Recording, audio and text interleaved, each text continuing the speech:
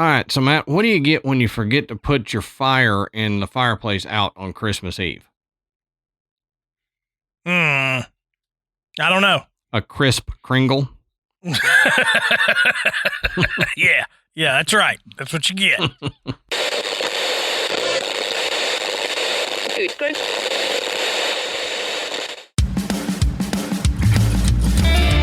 Good evening, everybody, and welcome to the Graveyard. Thank you for joining us tonight. My name is Adam. And my name's Matt. Now, pull up a tombstone or settle into your casket and get comfortable because this is Graveyard Tales. All right, everybody, here we are again. Matt, how you doing tonight, brother? Man, I am doing fantastic. Good. This is one of our favorite shows. Mm-hmm. It's one of our favorite times of year. So this is always a blast. Yep.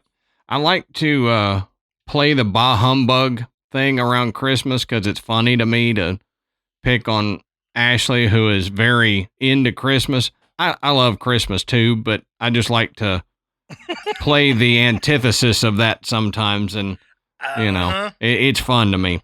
But before we get into it, we want to say go check out the Podbelly Network at podbelly.com. You can find a list of shows that we're happy to be associated with, and you can find some tips and tricks on podcasting if you want to start your own podcast. We also want to thank tonight's sponsor, HelloFresh, who we will talk more about in the episode. While you're on the internet, doing your internet thing, passing some time, go over to patreon.com/Graveyard Tales and sign up to become a patron. We've got a ton of episodes on there and 3 different levels that you can join, a $1, a $5, and a $10 level. And our $10 patrons, they get ad-free audio versions and video versions of the main episode, and they get audio and video versions of the bonus episodes that we try to put out weekly. So head over there, patreon.com/Graveyard Tales, and sign up. So, Matt, why don't we just get straight into this thing? All right, brother. I'm sure everybody knows what we're doing, but to keep the tradition, Matt, tell us what we're doing tonight, brother. So tonight, we are celebrating the Victorian tradition of telling ghost stories around the fire on Christmas Eve. It's an old tradition. Back when you didn't have, Christmas movies to watch, you couldn't tell Alexa to play Christmas songs. Mm-hmm. Hey, you're welcome for everybody's that just turned on. But, you would sit down and you would tell these stories. And they were ghost stories because this is the time where the darkness is around a lot longer. Now, we're talking about Victorian England here. Mm-hmm. So it would get very dark very early. It does that here. It does that here. But, it doesn't in Australia. That's true. Not this time of year. But anyway, this is when people feel like, the veil is still thin. Mm-hmm. And it's a time that you're remembering past loved ones, maybe family members that have died. And this is a way to show that connection to the spirit world. Right. You got to remember, Christmas wasn't all about Santa Claus and Frosty the Snowman and Jingle Bells. Mm-hmm. From its inception. There were a lot of traditions that have, died off over the last few centuries, and we think this is a cool one to bring back. Yep, trying to revive this one year at a time if we can. All right, so what we're going to do is, again, this year we're just going to use initials instead of asking for permission for each one of these to use a name and all that stuff. It worked out great last year with just initials. You know who you are, so you'll know when we read your story. We hope you know who you are. We hope you know who you are. If not, you got bigger issues than us reading your name on a podcast. Anyway, so listen for your initials and your story, but that's how we're going to do it. Read the initials first and then get into the story. So the first one I've got is from LW. So it says, I've been wanting to send this to y'all for some time now, and it's a story that my mom shared with me a few years back, and it hasn't left my head since. It's one of those disturbing things someone recounts to you that pops in your head at like 3 a.m. and suddenly you're wide awake. Unlike me, and I have those, trust me. Yeah. Unlike me, it says my mom doesn't believe in the supernatural. She's never believed in ghosts, creatures, spirits, etc. That's why I was so shocked when she told me the following story. I know she wouldn't lie about an experience based on the fact that she's never acknowledged the supernatural. To begin, there is some important backstory information needed in order to understand the paranormal incident. All of this took place in Harlingen, Texas, when my mom was about 8 years old. Her father passed away. About a year or so later, my grandmother remarried, and she had been left to raise her 5 young girls by herself. This was the mid-70s. It was difficult for her to make enough income to support everyone on her own. It says, I will call the man she married Bob.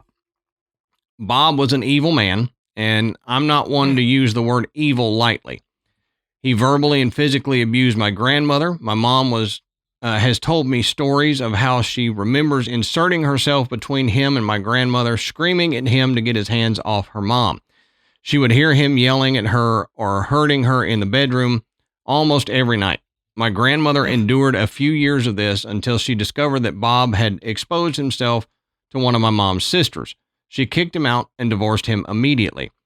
About 10 years after this, it was discovered that Bob was and had been a registered sex offender.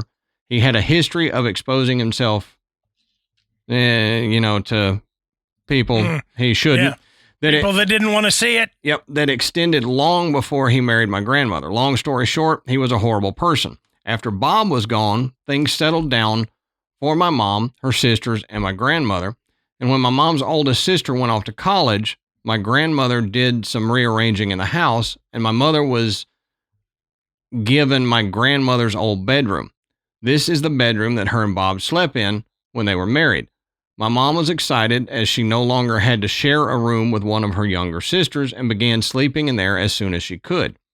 The 4th night she slept in that bedroom, she awoke in the middle of the night, unable to move her body or speak. So sleep paralysis. My mom told me she opened her eyes and observed her surroundings. Her room was dark and quiet. She kept trying to sit up, but she couldn't. She began to cry and panic. Her breathing quickened and she felt afraid. This had never happened to her before. All of a sudden, she begins to hear something whisper her name. It was a slow, drawn-out kind of whisper. My mom said it sounded like, Lisa. She says it was as if someone or something was right next to her ear, whispering or calling her name, though she couldn't turn her head to see what it was. I asked her about the voice specifically, and she told me all she could remember about it was that it sounded like whatever it was smiling. You know, when you can tell someone's smiling when they're saying something, then you can kind of hear that in somebody's voice. It goes on to say that she says she felt like she was lying there frozen for about 5 minutes, listening to this thing calling out to her as she stared straight ahead in her dark room. Eventually, she was finally able to move, and she bolted from her bed and sprinted to my grandmother's room. She sobbed as she told my grandmother what had happened. My mom didn't sleep in that room until about a week later, when the incident was distant enough to be passed off as a bad dream. There were a few nights of peace before the incident happened again. She awoke, frozen, and fearfully listened as something in the dark beckoned and called to her. The next day, my grandmother grew concerned. Her daughter wasn't sleeping and was swearing that there was something in her room. She was a very religious woman, and after the second incident, she decided it must be more than a nightmare. My grandmother was good friends with the wife of the pastor from her church. This woman, we'll call her Barbara, wasn't a pastor or leader of the church herself, but she did house calls for any reason for members of the church. My grandmother called and asked her if she would come bless the house. At the time, my mom had a black mutt named Chip. Chip was a very happy dog who was who absolutely adored people. He never barked or showed signs of aggression when someone entered the house. He was always ecstatic to see new people. My mom specifically remembers when Barbara showed up to the house because Chip went absolutely crazy. He was aggressively barking at Barbara as she walked through the door and was trying to nip at her feet. My mom couldn't get Chip under control and ended up having to pick him up and put him in the backyard where he continued to bark and claw at the door. Barbara asked to see the bedroom, and my mom and my grandmother led her to it. With the three of them in the bedroom, Barbara began to recite scripture and pray over the room. She said several prayers, but she ended on one that asked any evil spirits or demons to leave, that they were not welcome there and were no longer allowed to harm the family. The moment after speaking this prayer, my mom says a strong gust of wind blew past the three of them and out of the bedroom door. No windows were open, and my mom said it felt like something flew past her face.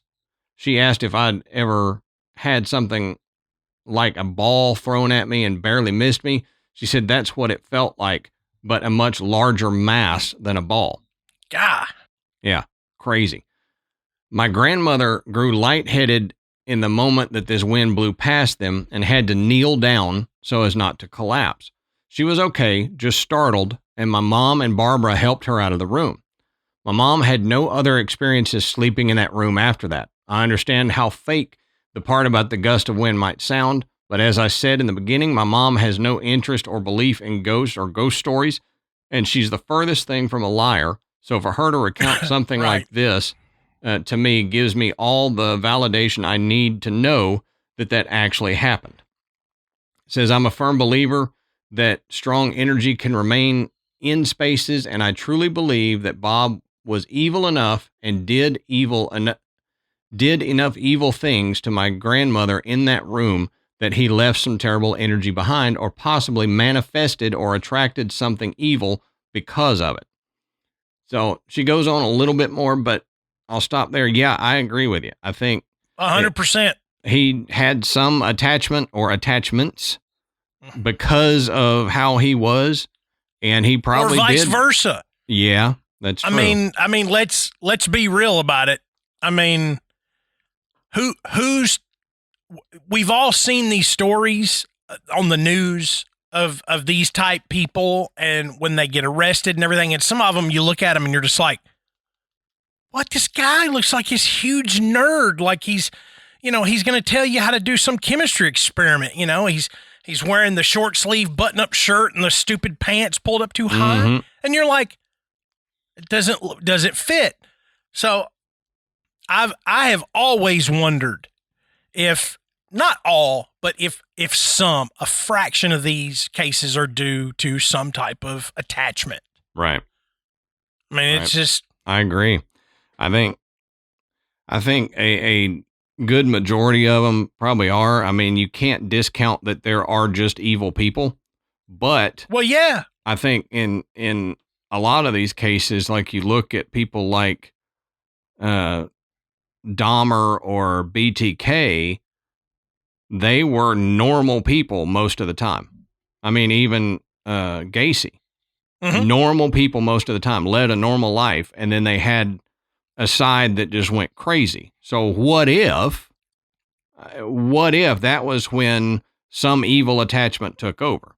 Yeah. It could just be that they're evil and crazy, but the only caveat I have to that is I think there's got to be something there that would draw something to attach. Sure. You know what I'm saying? Oh, yeah. You're not just, an all-American, person, and you're just walking down the street one day and something jumps out from the bushes and attaches itself to you, and the next thing you know, you're some kind of predator. Sure. Not that. I think that you have a propensity, maybe you have some thoughts, maybe, in the darkest realms of your brain, things go a little haywire, and it draws an energy to you that allows you to act on these things. I don't know. This is all speculation, but I mean, when you're talking about stories like this, you just have to think, what man, if? Yeah. I mean, there's evil out there. You know, what if these people that we see that we think, God, they are so just evil. Maybe they're that evil because there's something evil attached to them. True. Maybe they drew something to themselves. True. All right. Well, that's one way to start it off with a bang, isn't it? Start it off there. All right. So this next one comes from JR. And JR says, I would like to share 2 stories of mine with you. The first is rather short. I was sleeping in my room one night, and at some point, something stirred me out of my sleep. I was on my stomach facing left with my left hand on the bed by my pillow. I shifted my weight and went to adjust my blanket when I felt a weight on my back. I initially thought it was my mother's cat sleeping on me. I moved again, and the weight felt very large, larger than the cat. The weight laid across my shoulders, square down to my hips, and it was heavy. When I realized it wasn't the cat, I started to breathe faster and get scared. I couldn't move to shake it off, and I couldn't turn my head to see what it was. At the height of my panic, I felt something caress my left hand gently, as if to tell me it was okay and not to be afraid. I inhaled sharply and jerked my body. The hand and the weight lifted straight up off my body as if pulled by a rope. I turned the light on and looked around my room and saw nothing. No cat, no anything. I was alone. Well, that almost sounds like sleep paralysis. Almost, but yeah. Not quite. Maybe a variation of it. Yeah, it could be a variation of it. Sounds similar to what I had sleep paralysis wise with the inability to move, but I never had anything caress me while in that state. You know? Just me. Right. That was just you taking advantage of me not being able to fight back. But I know this, what he brought up the cat because he thought it was a real cat, but you saw a cat one time, didn't you? I did. There was a whitish cat that was exiting my room. So, yeah. And I didn't really have a whitish cat. It's really weird. Yeah. All right. So the second one, he says this one's a bit longer, requires a slight amount of background. So we'll get into this one. He says, one of my hobbies is photographing abandoned places. Man, I love looking at those. I don't know what it is. He said, I've been to the Pennhurst Asylum, Trans-Allegheny Lunatic Asylum, the Washoe Club, and Letchworth Village, along with a bunch of other locations to mention. We've talked about, at least 3 of these places? Yeah. Yep. The Washoe Club just recently. Yep.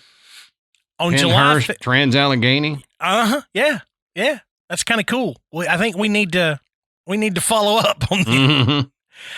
He says, on July 5th, a few years ago, I went to Hillview Manor in Newcastle, Pennsylvania for a day of photography. Hillview started out as a poor farm and later a nursing home and is supposedly very haunted. I was the only person in the building that day for tours. I have to point out that this was a daytime tour, not an overnight exploration. I got a small tour from the guide and then was allowed to roam the building for the next 2 hours.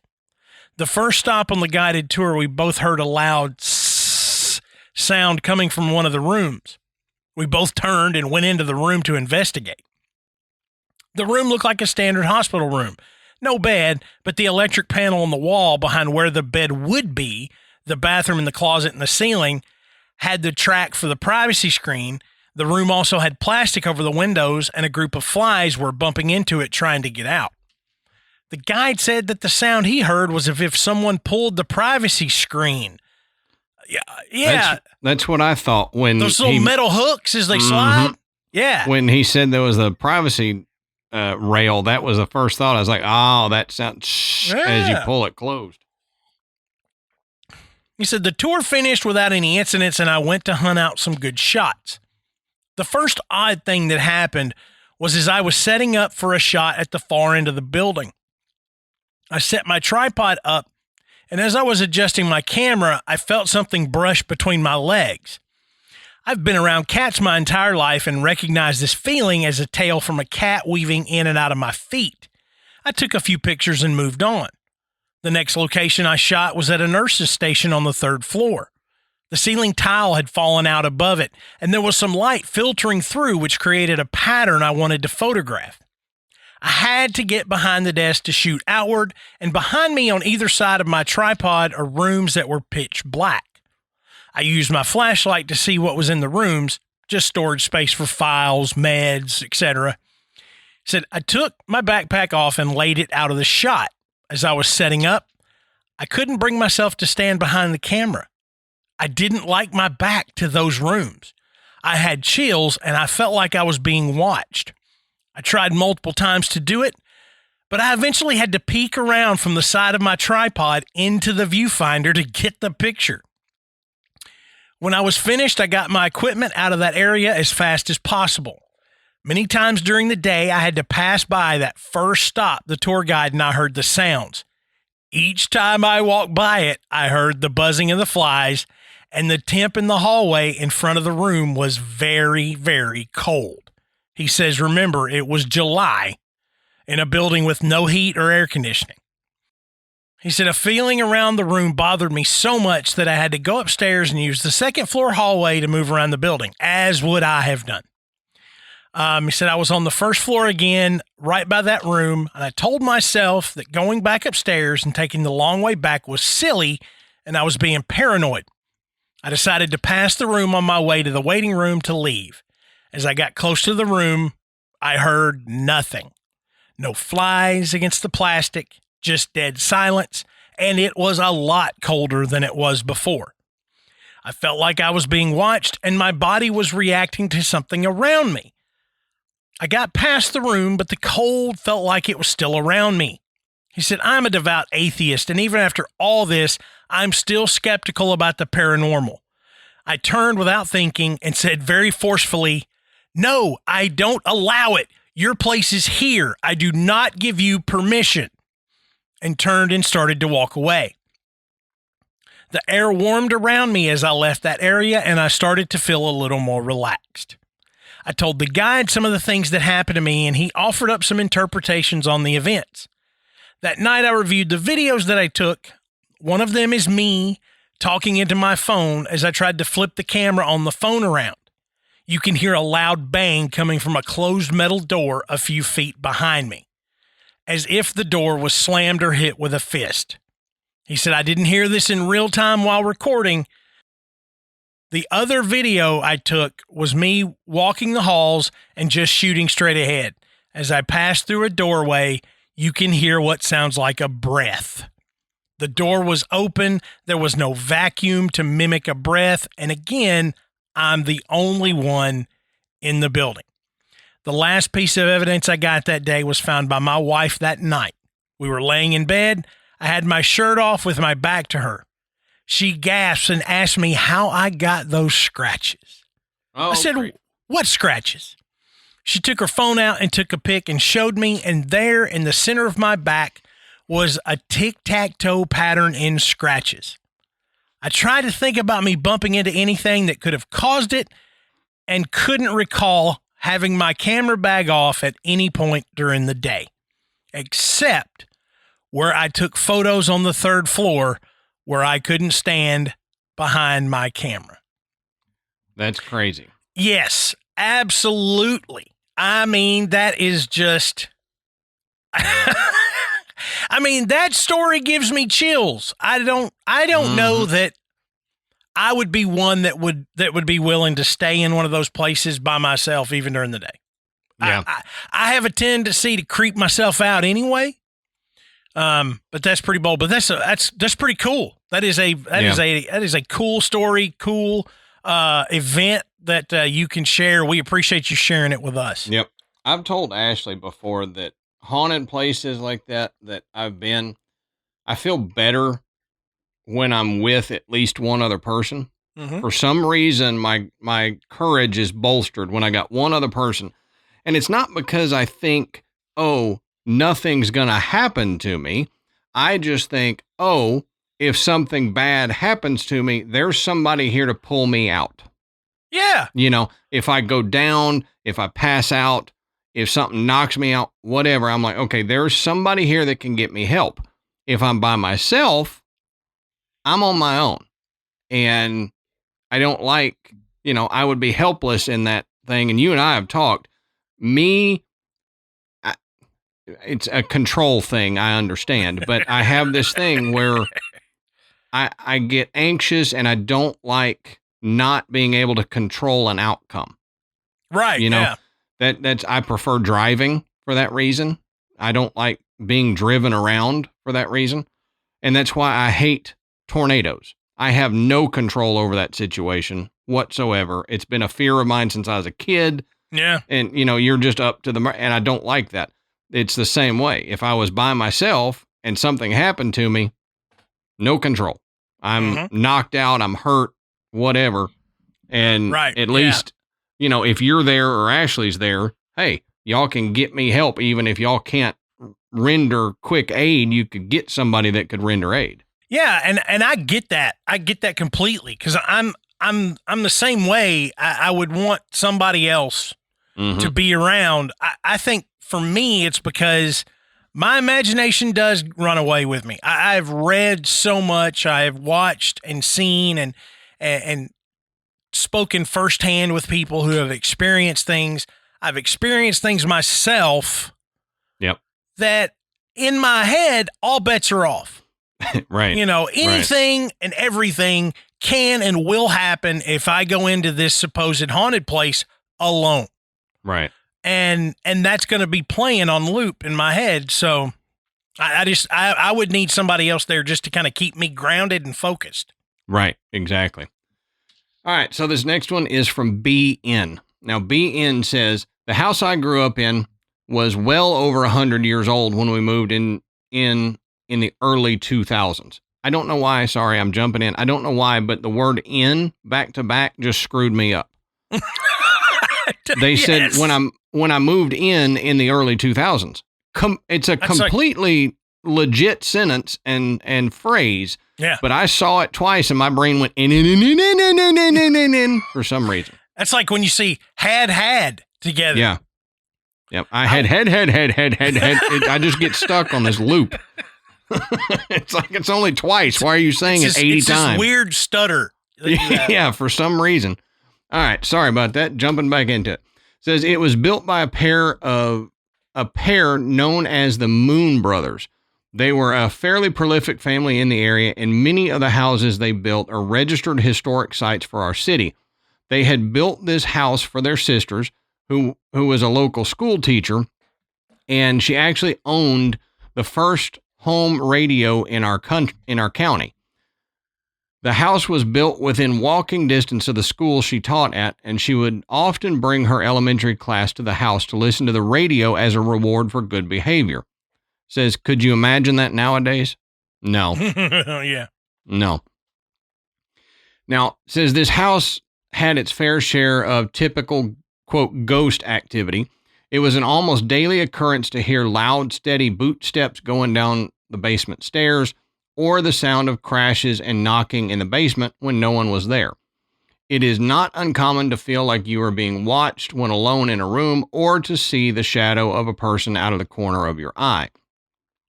There was even a time when I watched the bathroom faucets physically turn themselves to turn the water on, and another time, every TV in the house turned on at the exact same moment to the same eerie static channel.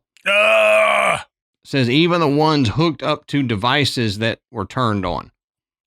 So even the ones that like could have, when you turned it on, picked up a station, they all went to a static channel.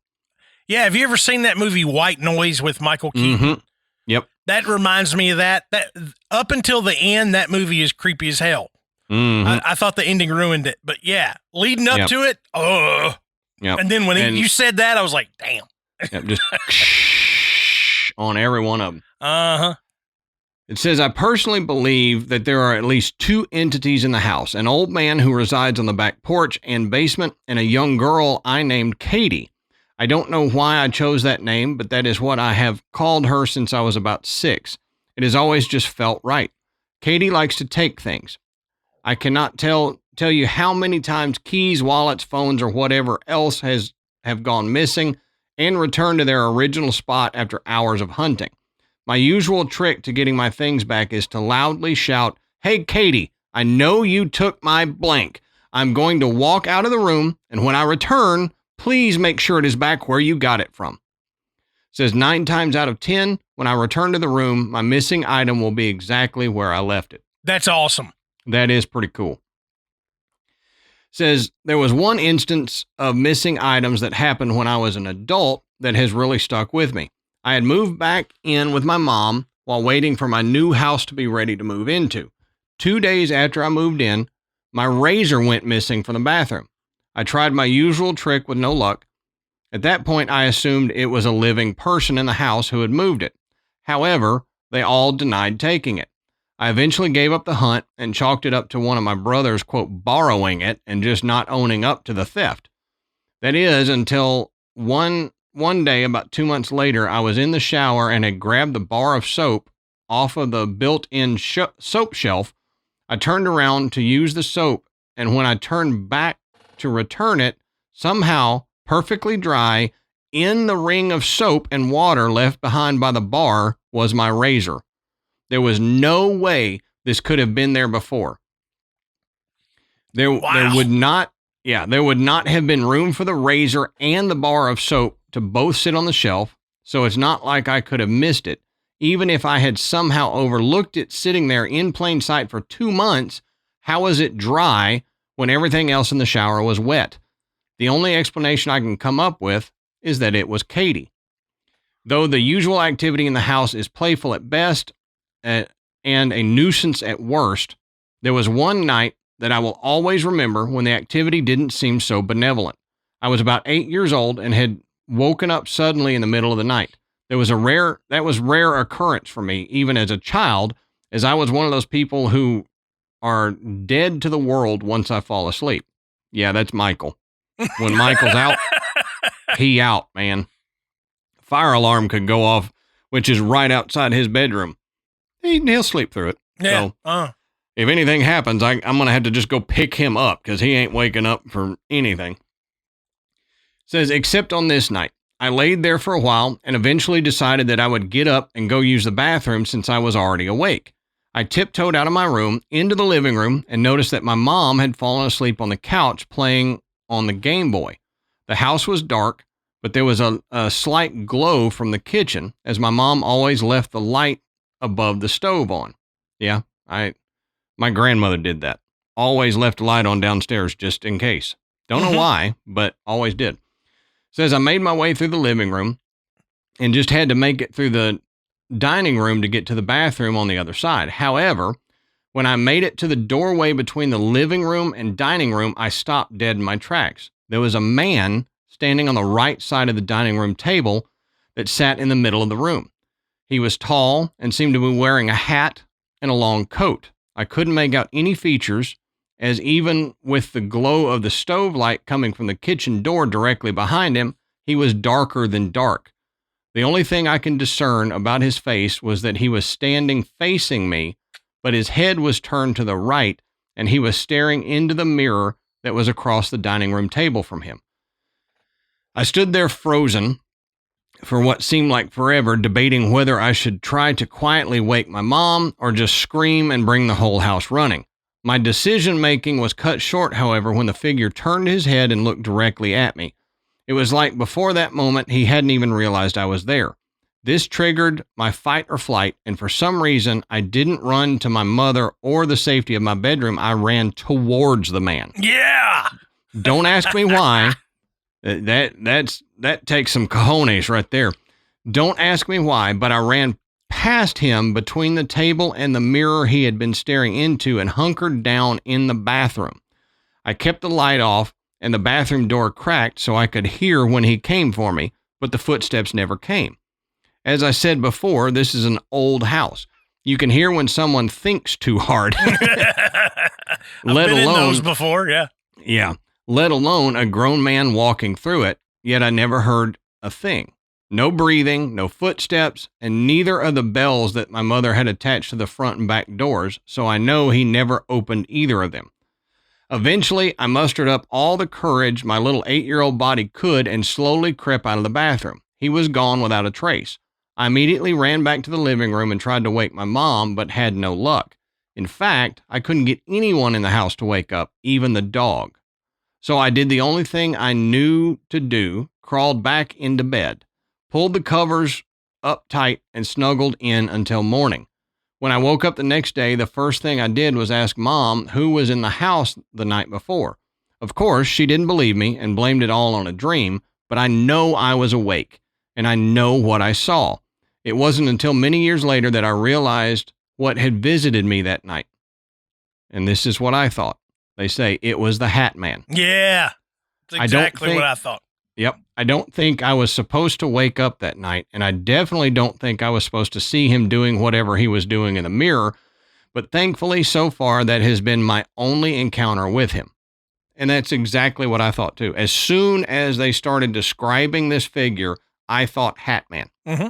And we know the paranormal has a thing with mirrors. They're like a gateway. I was thinking about that, too. Maybe that was like his doorway in and out of your house. You know, I would love to know the history of that mirror. Yeah, and I would, I'd put something over that mirror. No joke. If you still got it, put something over that mirror at night. Anything, just a sheet, something, you know. I mean, we've seen that done for, centuries. Yep. I wouldn't leave it open. I mean, you might as well be leaving a door open. It's almost a cliche at this point, but it seems to work.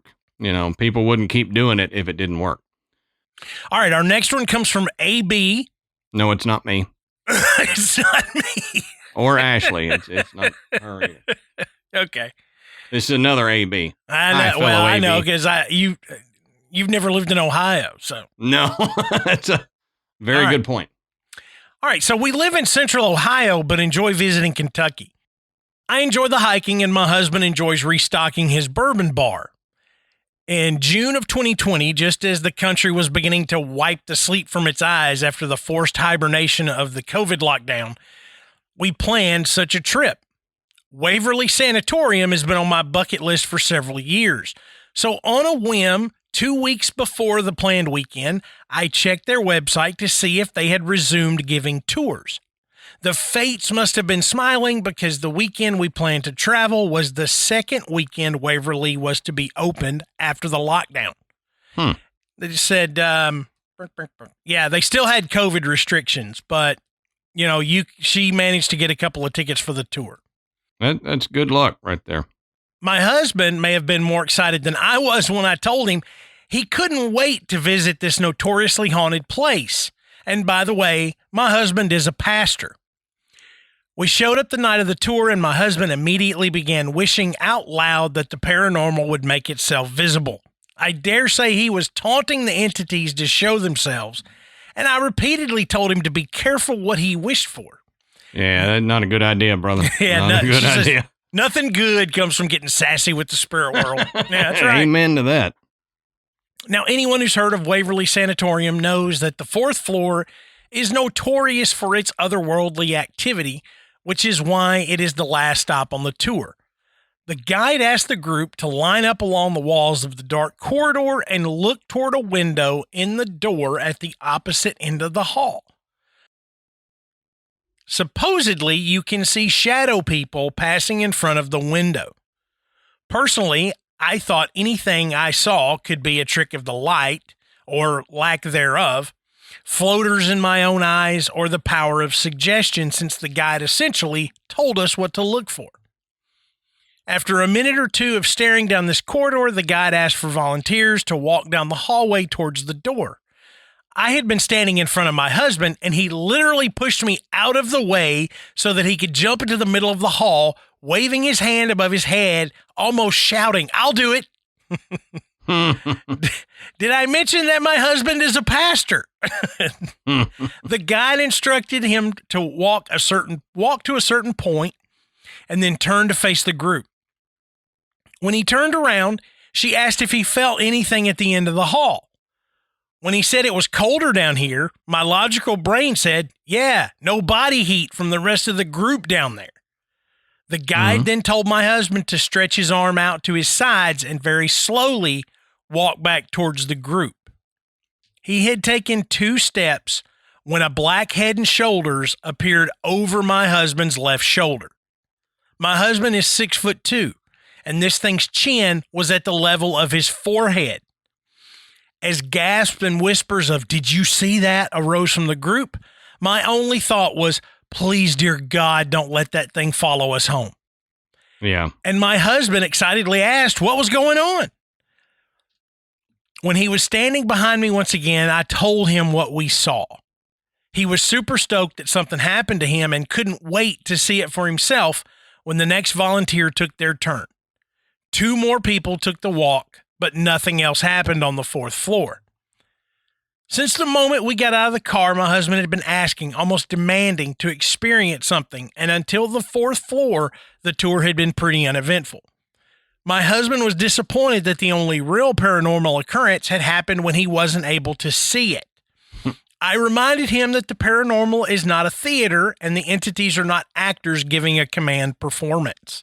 Right. I suggested that the spirits intentionally didn't reveal themselves out of spite because he had spent the entire evening acting like a jerk. And she once again reiterates that her husband is a pastor. She goes on to say, as for her personal experience at Waverly, I did feel a cold breeze periodically wrap around my legs in June in a building with no AC. And a few times I felt a little hand tried to slip into mine. Nothing I would call earth-shattering, but still worth the trip. Yeah, that's still pretty cool. And you know what? I think that's great. And I would say that is probably an extraordinarily eventful tour. Yeah. Yep. Because we've talked to a lot of people that have been on these tours, not just at Waverly, but all over the country and in other countries. And, nothing, absolutely zero happens. So right. I think if you take a tour of somewhere like this and anything happens, consider yourself pretty fortunate if that's what you were banking on. Yep, I agree. And yeah, I mean, like she said, the paranormal isn't, I can't remember. Oh, it's Shaun of the Dead, where one of the actors, they're trying to get one of the actors to do something, and he goes, "I'm not a trained monkey," Yeah. And so it's like the paranormal, you can't expect them to do something just because you want to see it. Right. And like she said, they may have, because he was so intent on seeing it, they may have said, "No, not this time. You don't get to see it." And I kind of think if something happened every time, you would begin to be a little suspect. Right, yeah. I mean, if you consistently saw the same thing every time this tour happened, I would begin to think this is phony. This is staged. So. Yep, that's true. All right, so the next one is from DR, and she sent one in last year as well, and she says, "Hey, it's me again with another story and another haunted army base." I love these. Oh, yeah. Says, "This time we're coming to you from Fort Campbell, Kentucky." We know that one, right? Right up the road, yeah. Yep. I actually, as a sidebar, I had a friend who was stationed up there, and it was ill-advised, but when they came back from came back on leave, he invited me to come drink with him. It's very ill-advised to drink with soldiers who are just back from war. Right. Especially when you're a lightweight like I am. And they were drinking Green Label Jack. So let's just say I did not make it back home that night and was in very much pain the next day. Oh, Lord. So I can only imagine. Those Fort Campbell Army guys just about killed me. Yeah. Anyway. So it says, coming to you from Fort Campbell, Kentucky, home of the 101st Screaming Eagles. We have been here almost 3 years, and to say the least, it's never been boring here.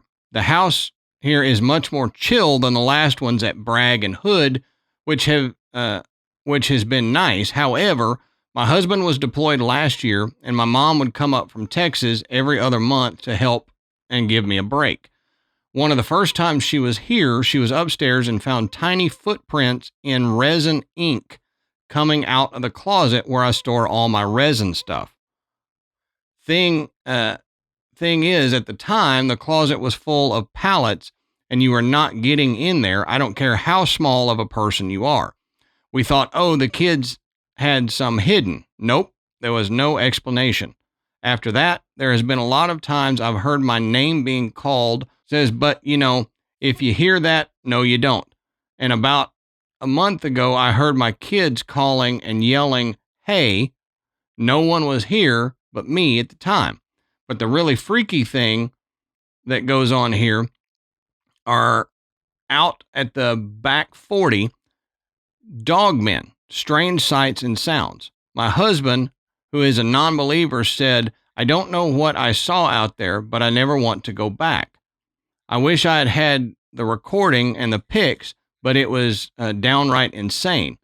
We have also come out of there on the Harley at night, and I have seen things running out of the side of, running out beside us, just outside the tree lines, and heard things yelling and asking for help. But once again, no, you didn't hear that.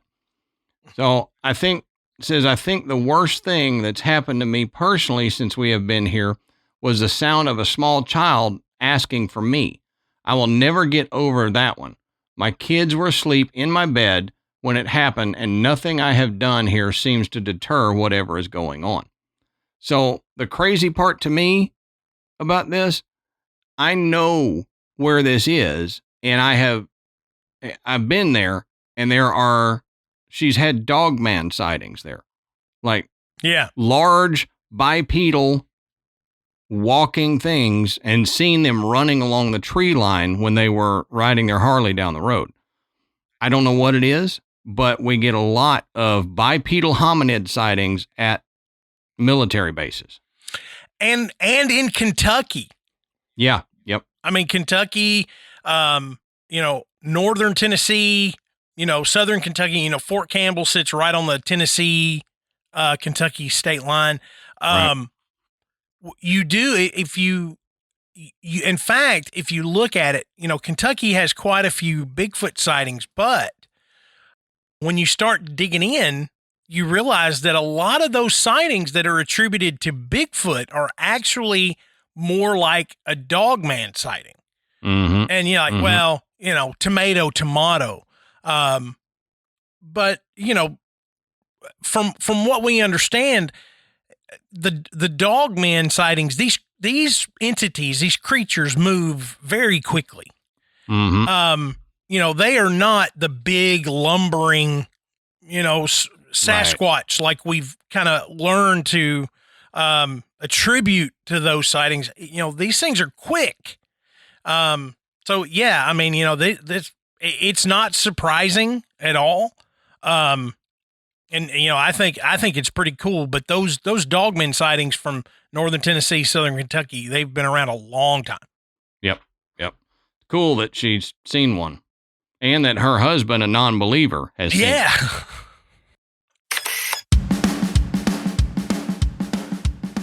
All right, Adam. Hey, let's talk about one of tonight's sponsors, a long-term sponsor of Graveyard Tales, HelloFresh. And you guys, you've heard us talk about HelloFresh before. And if you don't know, HelloFresh is a meal delivery service where you get farm-fresh, pre-portioned ingredients and seasonal recipes delivered right to your doorstep.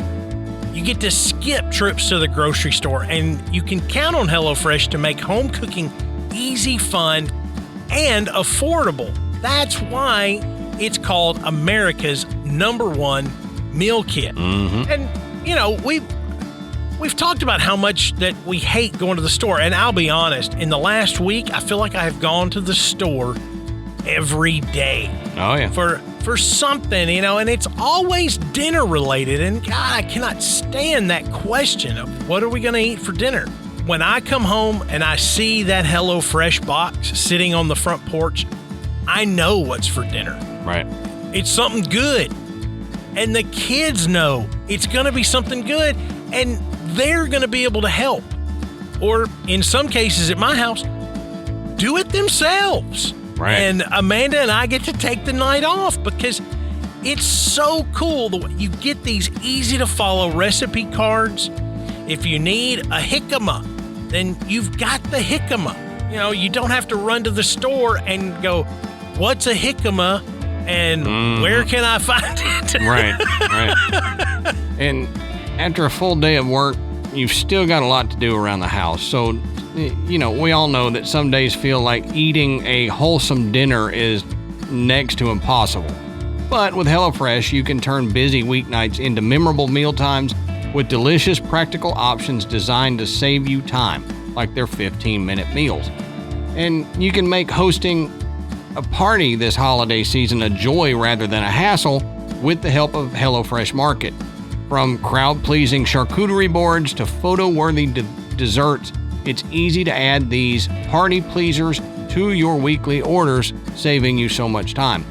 And Matt, you know I'm a big fan of Tex-Mex and Mexican food. They have beef and pepper enchiladas.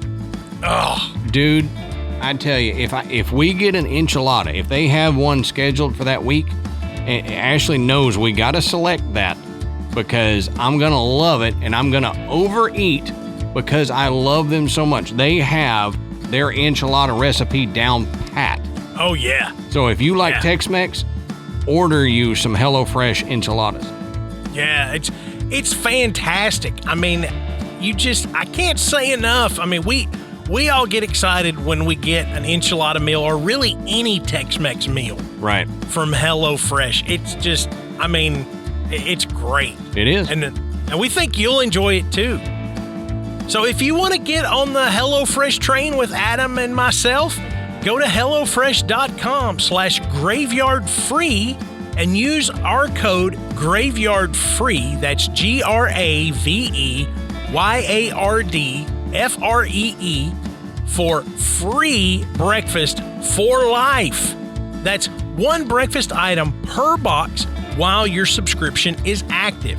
That's free breakfast for life at HelloFresh.com/graveyardfree with our code GRAVEYARDFREE. That's right. Go to HelloFresh.com/graveyardfree and use our code GRAVEYARDFREE and you will get free breakfast for life. Like Matt said, one item per box while your subscription is active. HelloFresh.com/graveyardfree with code GRAVEYARDFREE.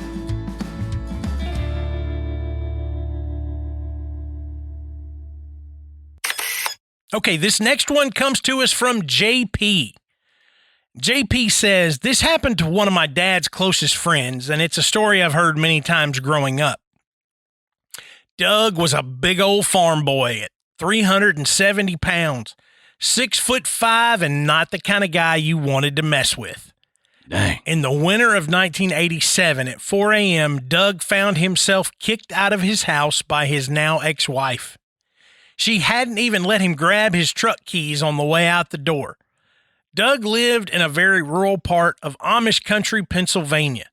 The sky was a dark, hazy gray with a few snowflakes drifting in the breeze. He found himself faced with a long, dark, misty walk in the falling snow. On his walk to the farm where he worked, he passed by an Amish cemetery. There was a freshly dug grave along the fence line, half in and half out. I'm not sure I know what that means. Half in, half out. Okay. Probably half inside the fence and half outside. Oh, okay. In the Amish community, if you leave the church, you aren't allowed a normal burial, but are buried along the fence line, half in the cemetery and half out of the cemetery. Well, there you go. It's interesting. The sight of freshly turned dirt on top of snow set him on edge. There wasn't much Doug was scared of, but the idea of the supernatural chilled him to the bone. As he kept walking his way towards work, something just didn't feel right.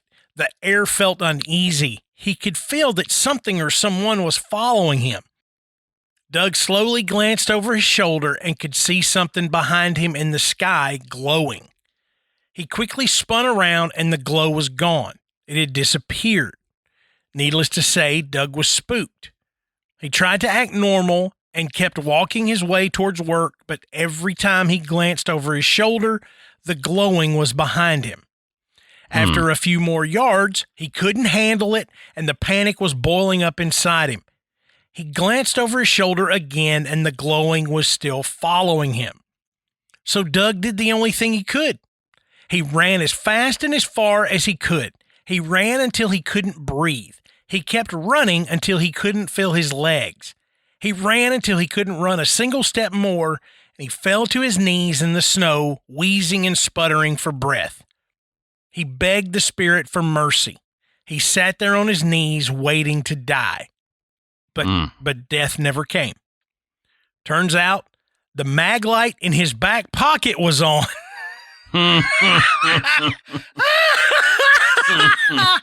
His Amish spirit was a flashlight beam in the early morning haze.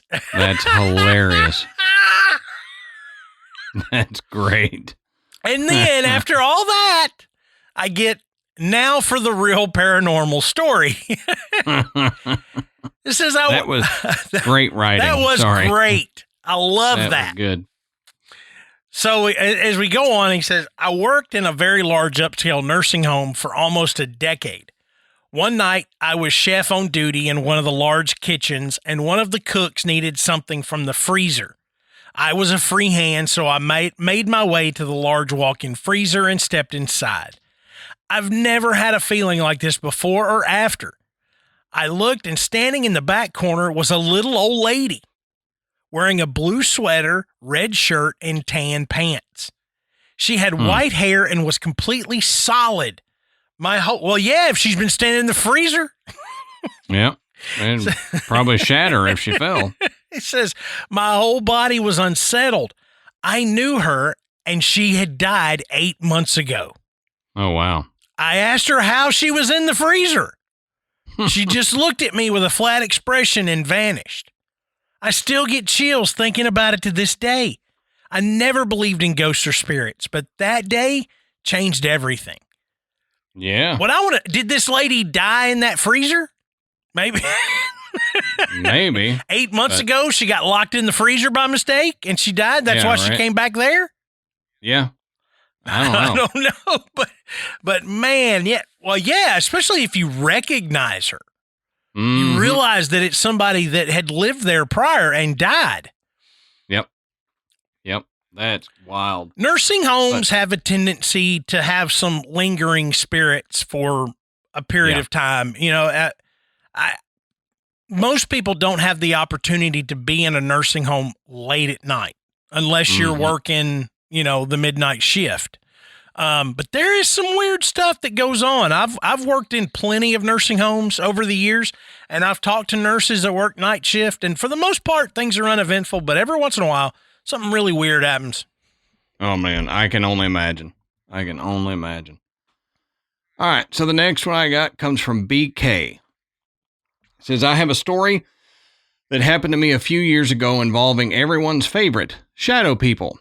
My partner and I moved into an apartment in the historic neighborhood of Capitol Hill here in Denver, Colorado. It's a neighborhood filled with old apartment buildings and even older mansions. The building we moved into was a typical one for the area. A squat 3-story brick building from the 1950s with walls that had been painted over so many times you couldn't get a thumbtack through all the layers. It was gorgeous, with giant windows overlooking the tree-lined street below and stunning hardwood floors throughout. It was perfect. A few months or so into living there, I started noticing dark shapes or shadows that I would catch out of the corner of my eye. I can't say when it started, as I didn't really take note until it became extremely frequent and more, let's say, full-bodied. I would be sitting in one room and constantly catch a dark shape in the doorways or behind me when I would turn my head. It freaked me out, but I kept chalking it up to my eyes playing tricks on me. It became harder to ignore when full-body shadows began having a presence. I no longer had to see them to know they were there. After a few super creepy encounters, I finally told my partner about it. He immediately sat up and said he had been experiencing the same thing for the last few months, but didn't want to say anything. We nervously giggled while we told our stories, but ultimately shrugged it off as nothing more than a creepy experience in our new home. We didn't know much, if anything, about shadow people at the time. Then, one night, we had just gone to bed when I suddenly remembered I hadn't submitted a paper for my online class that was due that night.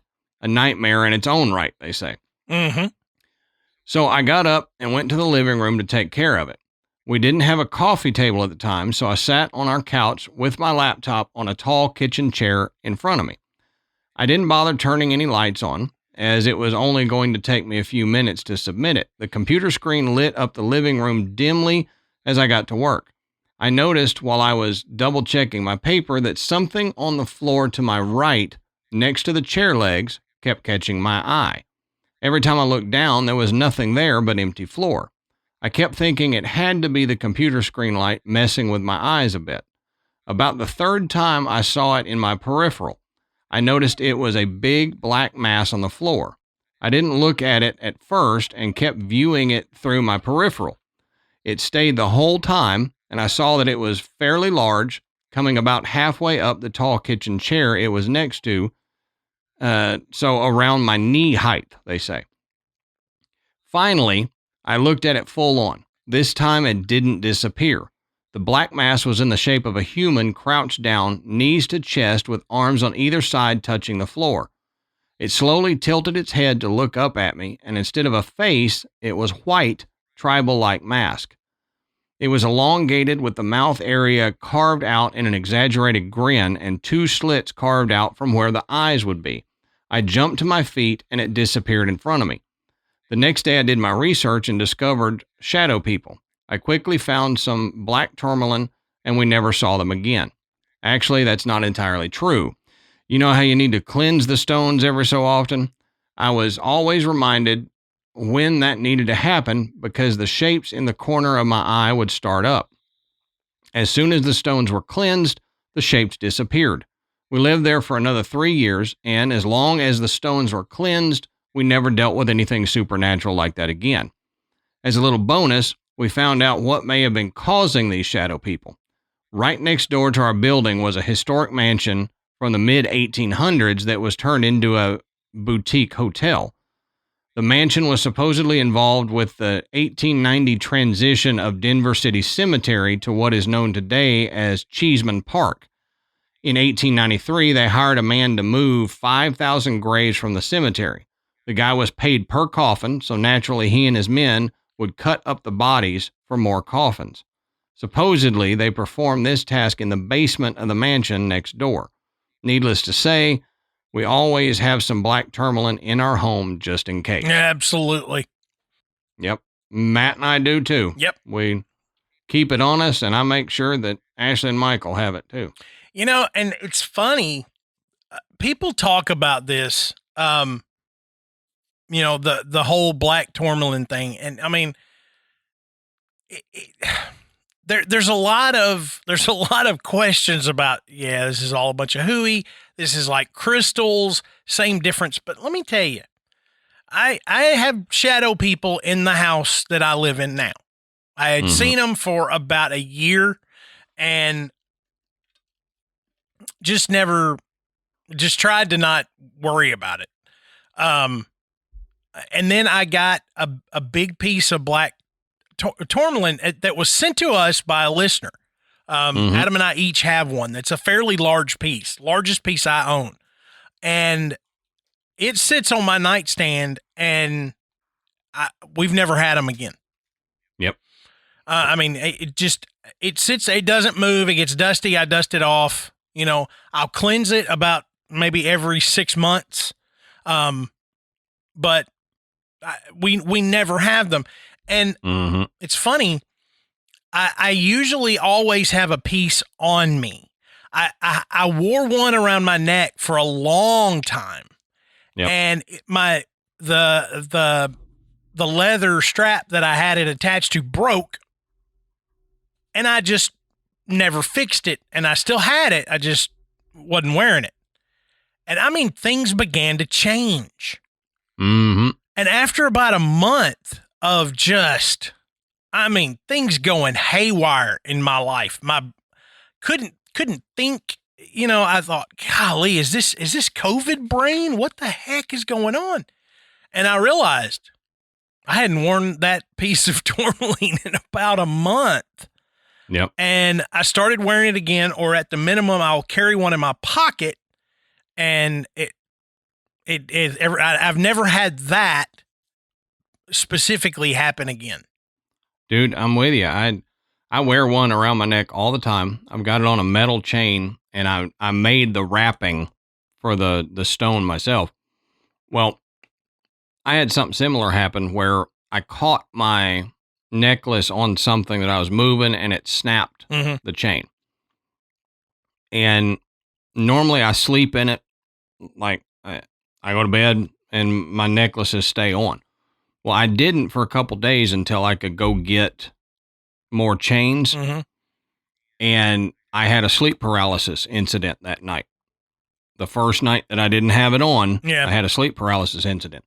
So I make sure I have a backup chain in the bedroom just in case I break mine. I've had to resolder the little wire wrap that I made and everything it doesn't look the best, but it doesn't come off my neck. Right. Only when I shower does it come off my neck.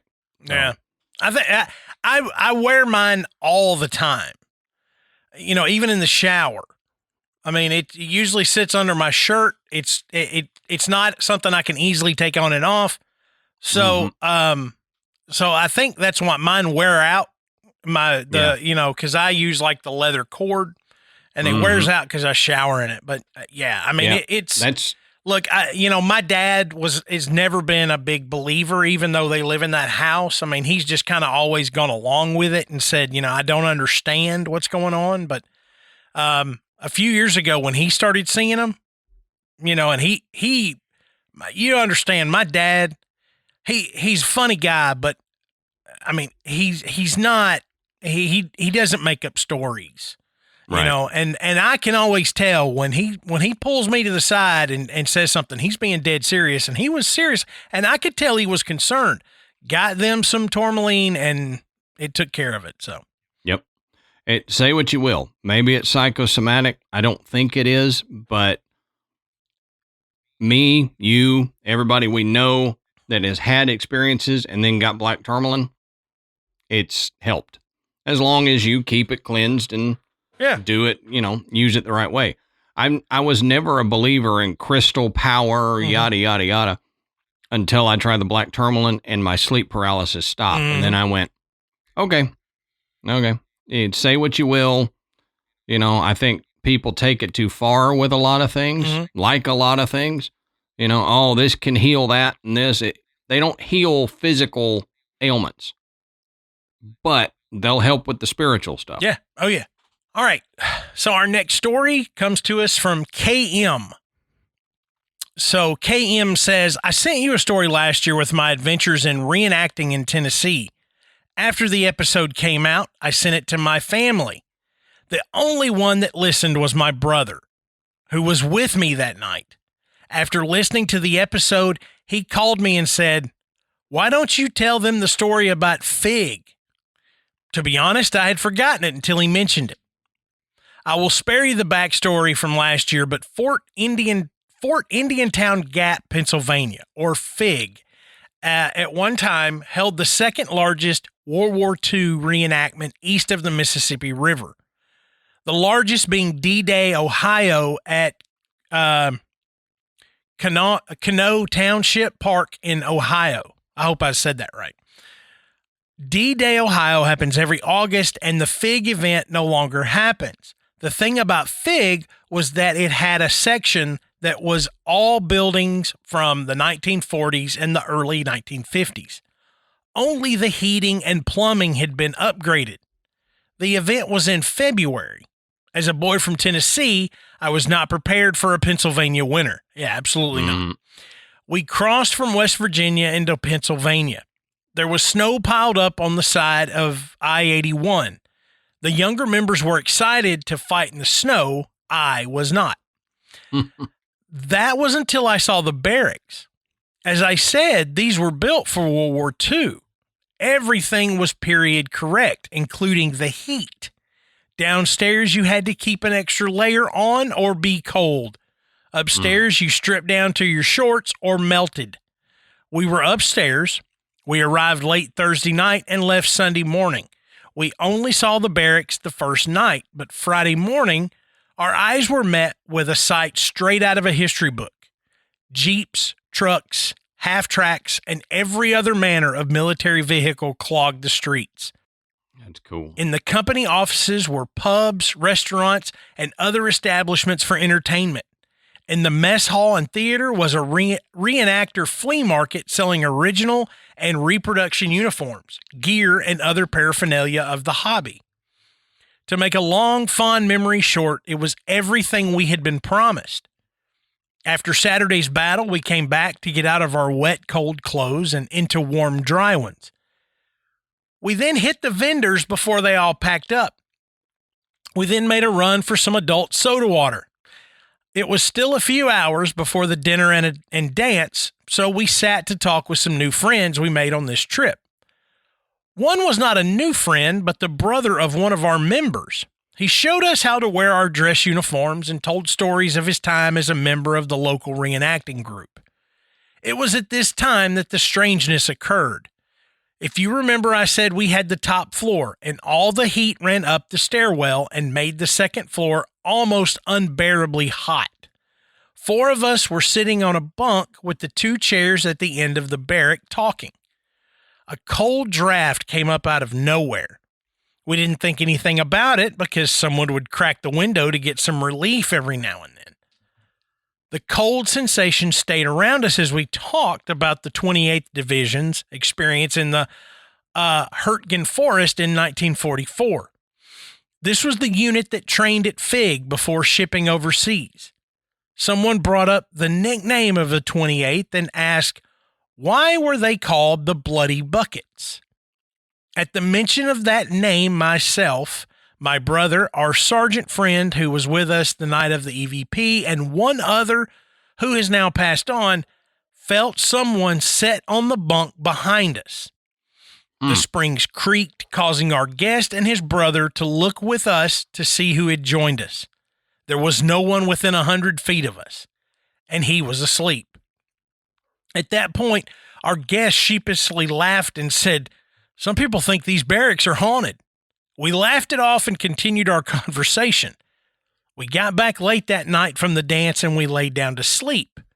Late in the night, most of us were woken up by someone walking around.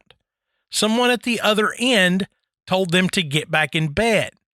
The next morning, we tried to find our prowler. No one admitted to it. This incident came up a few months later, and one of our members, who had retired from the Army, said he didn't want to say anything, but he had shined his flashlight down the aisle and no one was there. He also said it sounded like they were on fire watch. Unlike last year's story, this has no evidence other than personal experience, but everyone there still remembers it, even if they write it off on a tired mind. That's cool. Yeah, haunted barracks. Yeah, we've heard stuff like that before. Cool story. Thank you so much for sharing. That's pretty cool. And last year too, I remember the story from last year when he mentioned that he was a reenactor. Very cool. We appreciate it. Yep.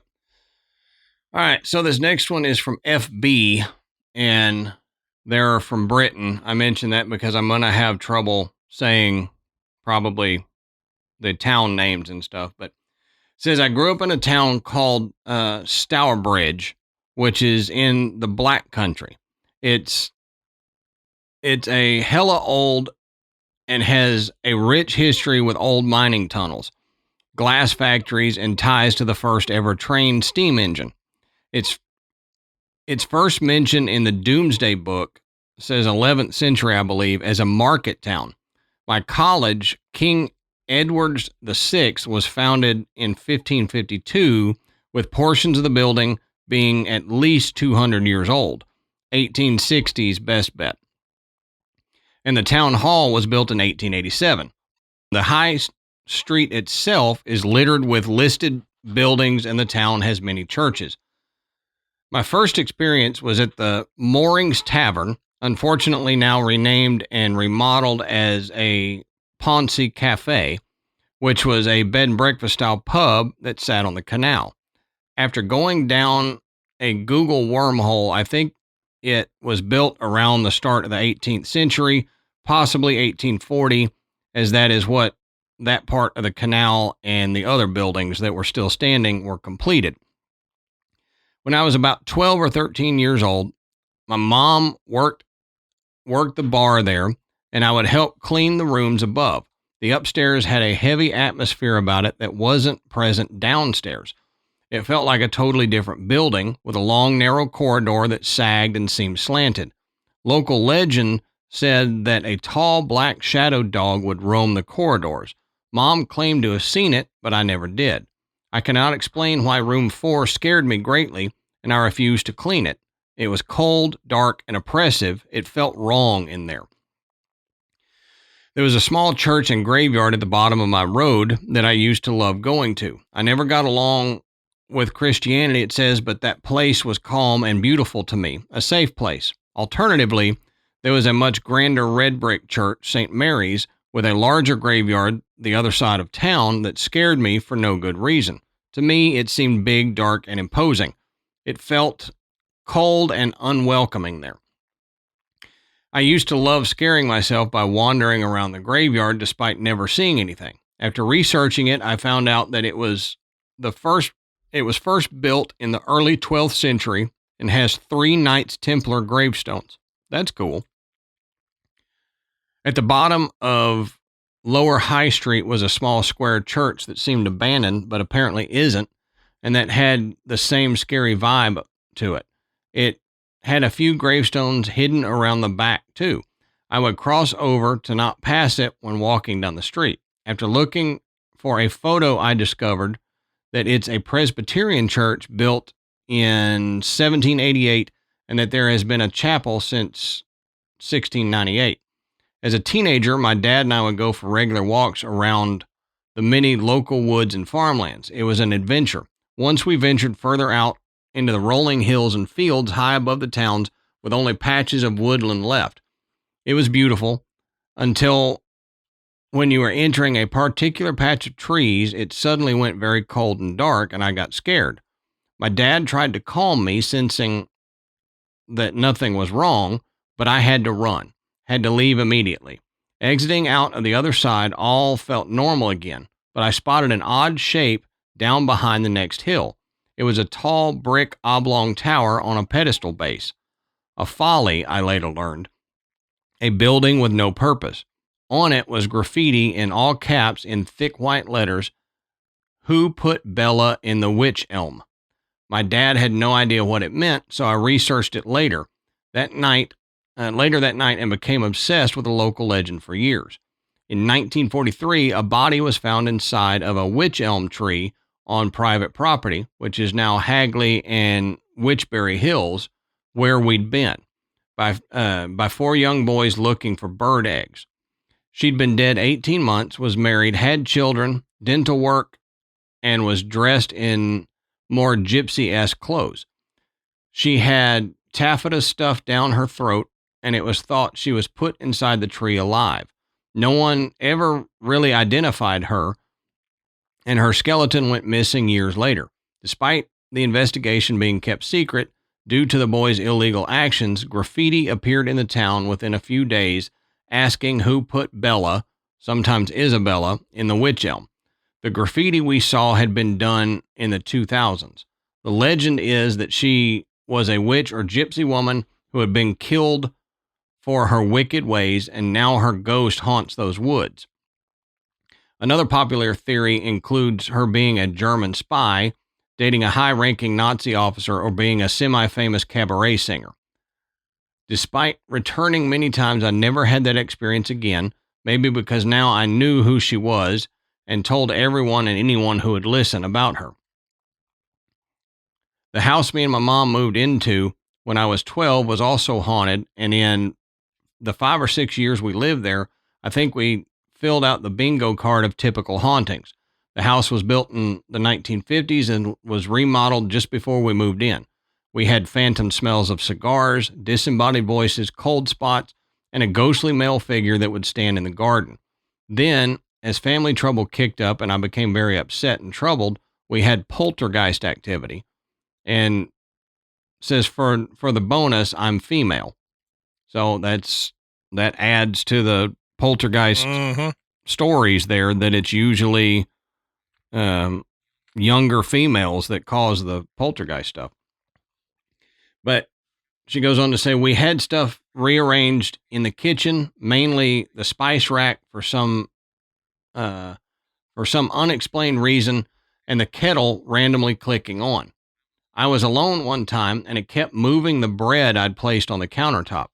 I'd put it next to the toaster, and I'd look away, and it would be back on the stovetop. It was funny, and I liked the kettle coming on for me when I'd come home from school or college. Says what I didn't like was the pacing outside of my room at night. That terrified me. And no, it was not the floorboards. I know what that sounds like because those did happen independently. Only once did I enter my room. I could hear it scuffling around across the room from me. It sounded like it was shuffling through a huge pile of papers and plastic bags, but there wasn't any in the room. It was just cuddly toys and laundry. I sat petrified in bed, frozen in fear, staring into the darkness, seeing nothing until an almighty crash, as if a huge pile of books had toppled over, made me jump up, and I hit the light switch. Nothing was there. Nothing had changed. Nothing moved, and nothing appeared. Mom hadn't woken up either, as if the sound hadn't really happened, as if that wasn't enough. Whenever we had someone new in the house, it would rip down the shower curtain and make a huge echoing crash. We experimented with that one. It would take some force to pull down and would land in the bath with some noise. When it pulled it down, it would land on the floor with a huge crash sound. So what they're saying is when they pull it down, it would land in the bathtub, but not a whole lot of noise. But when the entity pulled it down, it would land in the middle of the floor and sound like crashing noises.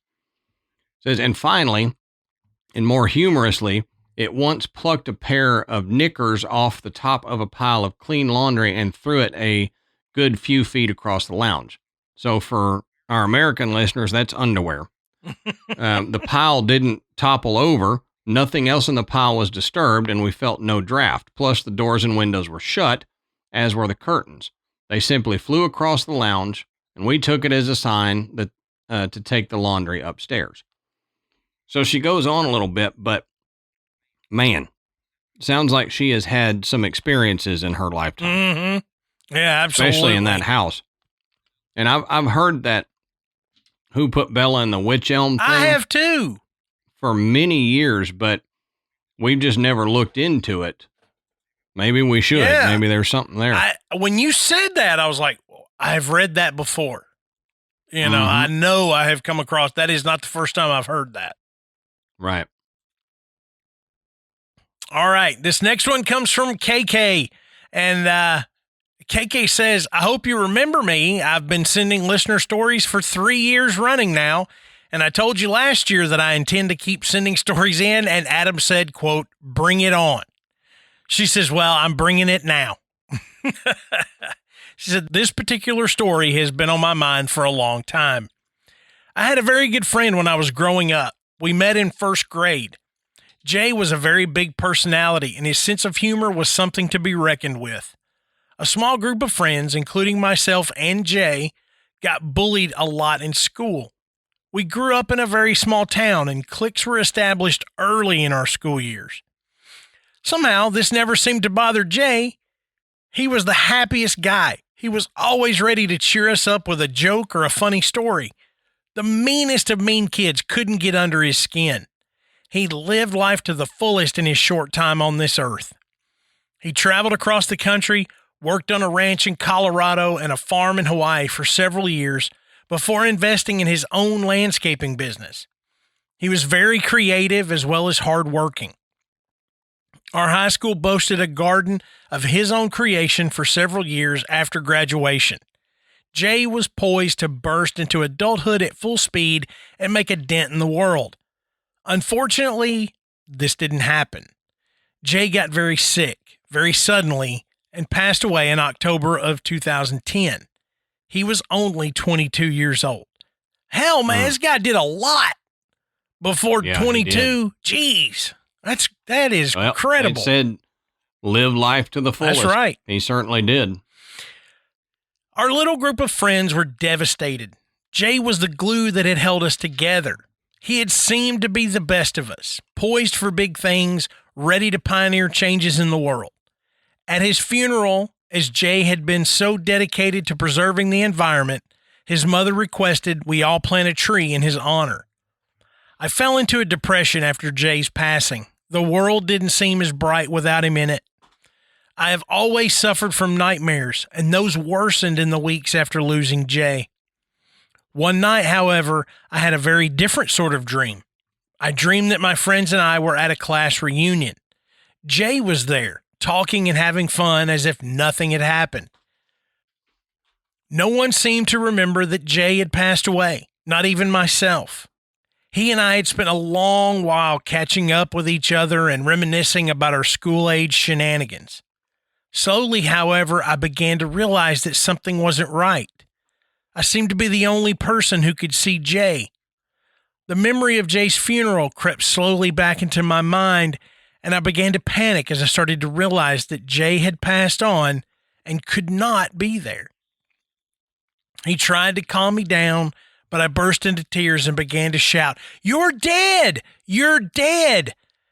That was when Jay gently put his hand on my shoulders and said, "Kay, I know that I'm not alive, and that's okay. I'm here to check on you." I told Jay how depressed that I had been and how much I missed him. He listened to me talk, and he spoke comforting words about how he was aware of what had happened, that he had moved on and was very happy with where he was. He gave me one final hug and assured me that everything would be okay and that he would be back before he slowly faded away. I woke up from that dream feeling as if a huge weight had come off my shoulders. Over the next few weeks, my depression eased, the world became brighter again, and I felt myself coming back to the person I had been before Jay's passing. I still dream of Jay. About once a year, I have a similar dream. We are at a class reunion again, and Jay is there, sometimes talking to me, sometimes just in the background. I'm aware that he is gone, and his presence instead fills me with happiness. I cherish the time we spend together, and he always reminds me that he's there to check on me and make sure that I'm okay. The last of these dreams occurred about 2 weeks ago. The reason that this story has a date to it is because today was the day that for the first time since the funeral 13 years ago, I ran into Jay's mother. We shed happy tears as we recognized each other purely by chance in a small corner store. She invited me over to her house, where we spent hours reminiscing about Jay. Despite the subject being a sad one, it was very happy and a heartfelt reunion. I felt Jay's presence overwhelmingly as we shared a few beers and swapped funny stories about him. Today felt like the day to put this story to paper. It was an extra boost for both Jay's mother and myself to remember the person who had shaped so much of both of our lives. I would like to add on a final note that Jay's mother had intended to donate Jay's organs after his passing. However, due to the bacterial nature of his illness, none of his organs were viable. Instead, his mother hosts a memorial blood drive in his name 3 to 4 times a year. She has donated over 1,500 pints in his name to date. Even years after his passing, Jay is still impacting the world.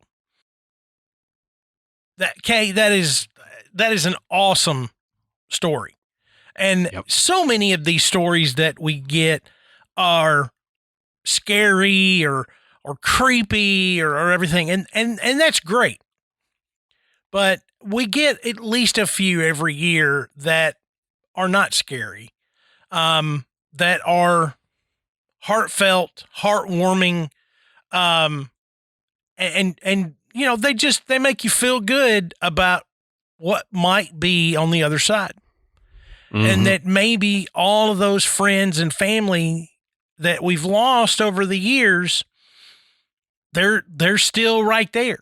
You know, they're just on the other side, and they're keeping an eye on us. And every once in a while, they reach through the veil and let us know. Well, and you know, I've heard skeptics say, well, that's just a dream. You're just remembering them, whatever. But here's the thing. Yeah, you can dream about them. But as with most dreams, those dreams fade in your memory. When you have a dream that is so impactful to you that you will never forget it, and it involves a past loved one, I think that's them actually coming back, because in a sleep state, you're not able to have your logical brain brush it off as, you know, just your imagination, you just seeing something out of the corner of your eye. There's got to be a rational explanation, yada, yada, yada. In your sleep state, you're more receptive, and they're able to come and visit you and interact with you. And to me, those are the dreams that if you have that dream, you'll never forget. Right. She will always remember Jay visiting her. Yeah. And I think that to me, that's proof that was Jay coming and saying, hey, I'm okay. You know, keep living your life. Have fun. Don't be so depressed over me because I'm fine.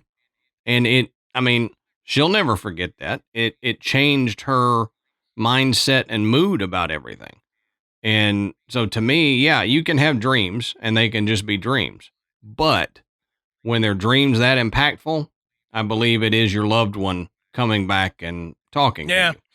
Yeah, I do too. And I've had dreams like this, and you're right. I mean, I can remember being in 8th grade, probably 14 years old, and having a dream of a family member coming to me and waking up the next morning to find out he had passed during the night. So, and it sticks with you. And I remember, and I am not one to remember dreams at all. I will wake up realizing that I have dreamed. But man, they go away fast. I cannot hold on to them. Every once in a while, I'll be able to recall some random detail. But not that one.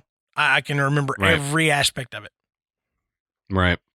All right. So this next one comes from DW. It says, I am a senior police officer in the UK with 22 years experience, and I work in a major city just outside of London. In late 2022, I was the commander for a major incident in this city. I left the location in the very early hours of the morning to travel home. While en route home, I got a message that I needed to do some further work regarding the incident. Rather than going home and waking my family up at 4 a.m., I decided to stop off at what is known as a satellite station to complete this work. Most police areas in the UK now use main large purpose-built police stations constructed in main locations. Older community police stations, or quote police houses, remain within further reaching areas and are referred to as satellite stations. No one usually works from them. They are pretty much abandoned.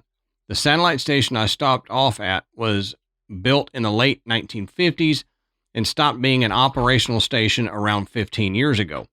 It is located within a small town in one of the furthest reaches of the policing area it serves. To say this town is sleepy would be an understatement. This station has 2 floors, but isn't especially big. It has a long corridor running through both levels, and either side are now disused offices, storage areas, and dilapidated jail area containing 9 cells. I've worked here a number of times over the last few years, as it is close to home, but over the last 15 years, I have never seen another person present in this station. Entry to the station is by way of secure swipe card, causing the set of large gates on the entrance to the vehicle yard to slowly creak open. Once into the small yard, you are able to see any other vehicles parked at the location. As ever, my vehicle was the only one present. Given the rural and isolated location of the station, I called Control Center to see if the intruder alarm was set and if not, to gain the access code. As I expected, I was told the intruder alarm was set and was given the access code to disable it on entry. I went into the building with my laptop, disabled the alarm, and looked for an office to set myself up in. Walking around the station is an odd experience. I worked out of it for a few years, many years ago, as a junior officer, so I know it well. It is always an eerie experience to visit one of the satellite stations, as everything appears abandoned. In a way, that is what happens. Orders are received to move operational staff elsewhere, and other than maintenance visits from estate management, only occasional visits are made for short periods of time. Walking around, one can find newspapers from 15 years ago on desk and the briefing posters of wanted people still hanging on the walls, showing people who have now aged beyond their youthful features captured by these images. It says, I decided to set my temporary office up on the second floor, as much of the first floor is just operational storage areas. I chose an office adjacent to the top of the stairs, with the corridor going past in either direction. To the east, towards the report room, and to the west, towards the toilet, toward the toilet area, and CID, the detectives department, all obviously now disused and abandoned. Now, I must stress, at this stage, I was wide awake, although it was the early hours of the morning. I'm used to working night shifts, have never fallen asleep on duty, and I was still very much primed from the incident I had command over. As I waited for my laptop to power up, I heard footsteps walking toward the office where I was sitting, coming from the west. They were unmistakable. Heavy steps of someone wearing service boots, and a clinking that anyone in this service will recognize as vehicle and handcuff keys jangling on a utility belt. The steps continued to approach the office where I was sitting. My only thought at this time was, oh, it's an officer coming to offer me a coffee or say hi. I knew by name many of the officers that worked in this area, and even thought it may be someone checking me out, given the station is rarely occupied. As the footsteps approached, they stopped immediately outside the office, and I waited with bated breath to see who would pop their head in. After a few seconds, no one did, which I thought was odd. I then heard the footsteps and jangling of keys turn and return down the corridor back from the direction from which they came. It was now I became very interested in who it was. The alarm was set when I entered, and given the small size of the station, I know I would have heard another officer come in. At that time of the night, you could hear a mouse sneeze in any part of the building, let alone hear a patrol car park after coming through the heavy iron gates. I looked to my left out of the window to the vehicle yard, and only my car was there. Now, my thought process included only two possibilities at this time. Either it was a slacking officer who had taken a night duty sleep break in the station and made a mistake of approaching a senior officer while doing so, or an external intruder trespassing on a secure site. All this went through my head in a few seconds before I left my desk to follow the sound of the footsteps. Suffice it to say, I searched that police station from top to bottom, including every cupboard and storage area on both floors, with no trace of any person. I logged on to officer tracking and noted that no officers had been any closer than 20 miles of the station in the last 2 hours. I was absolutely certain that no person other than myself was in that station. This left me with a dilemma. Either I was mistaken, or there was someone present with me. I was unwilling to accept either situation. Yeah. I just put it down to one of those things, but it did bother me as I couldn't explain it. I spoke about it with another officer who was also a close friend who is familiar with the station. He said that he often felt an isolated sensation when there, but put it down to being its abandoned status.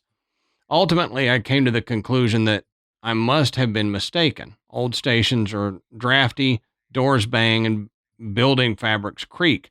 I hadn't fully convinced myself of this, but it was a more comfortable explanation than the alternative. On a sunny Sunday morning in the summer of 2023, about 6 months later, I returned to the station. It was around 7 a.m., and as I entered the station, I knew I was alone for all the reasons I mentioned on my last visit. I settled down into the same office. After an hour or so, I decided I needed to use the toilet. This is located to the west of the corridor, if you recall the direction of my mysterious footsteps. As I walked into the small room that contained the single toilet, I could see and hear that the two taps, or faucets, were both fully turned on and running water into the sink. I also saw that the plug was in the sink and the water level was rising quickly. I rushed to turn these off and take the plug out to prevent a flooded floor. As I stood at the sink, the reality set in. Whoever or whatever had turned these taps on and put the plug in must have done this at the same time I decided to use the toilet, only a few seconds previously. This was evident by the speed at which the sink was filling and the lack of any flooding prior to my arrival. I laughed and said out loud, "Okay, I believe you now." I have many months to reflect on these linked events. I'm a rational person, probably swaying towards healthy skeptic. I do believe in ghosts, but I don't subscribe to the thought that they are manifestations of the dead. Neither of the incidents caused me any distress. I never felt threatened or scared. I have no doubt that whatever was with me on those days was intelligent and very much aware of me. I like to think the first event was this intelligence checking me out, maybe asking, "Who is this in my station?" And when satisfied I was no threat, let me be. I'm sure the second incident was its way of telling me it was real and I should believe. It succeeded. Yeah. Yeah, no kidding.